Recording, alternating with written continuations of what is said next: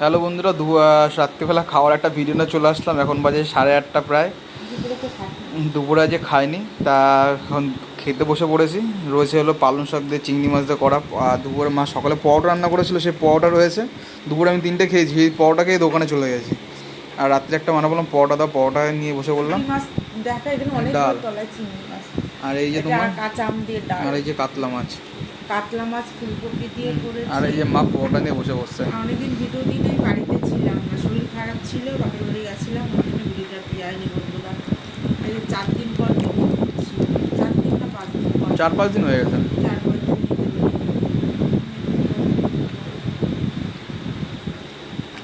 আর এই বন্ধুরা, এই দেখো চিংড়ি মাছ রয়েছে, পুরো চিংড়ি মাছ, গোটা গোটা চিংড়ি মাছ দিয়ে।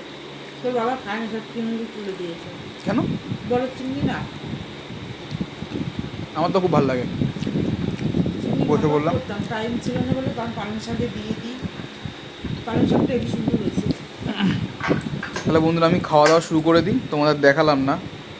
একগাল খাওয়া দেখা, আমার ভিডিওটা খাওয়া দেখা। মা পরোটা দিয়ে আলু ভাজাতে খাচ্ছে। পরোটা।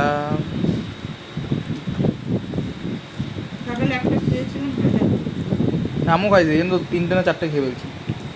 গরম গরম তো ভালো লাগে। আর যে ঘিয়ে লঙ্কাটা দিছো তার মধ্যে, হ্যাঁ, ঝাল নাই ঘিয়ে লঙ্কাটায়।